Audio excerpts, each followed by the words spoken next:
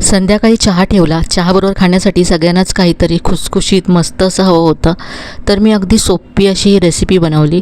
अगदी 10 मिनटामध्ये छान अशी रेसिपी तयार झाली.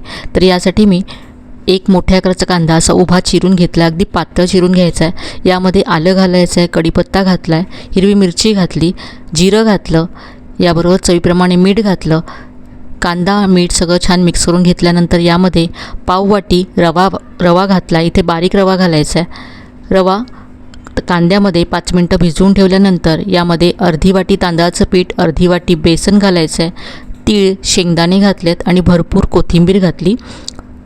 यावरती 1 चमचा कडकडीत गरम असं तेल घालायचं आहे. थोडंसं कोमट झाल्यानंतर पाणी घालून हे पीठ असं मळून घ्यायचं आहे.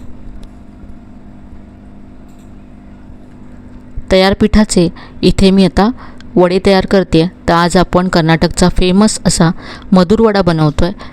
खूप मस्त होतो चवीला. आता हा वडा फ्राय करायचा आहे. गोल्डन ब्राऊन होईपर्यंत हा वडा मी असा फ्राय करून घेतला. यामध्ये कांदा कॅरमलाइज झाल्यामुळे खूप छान चव येते त्याला.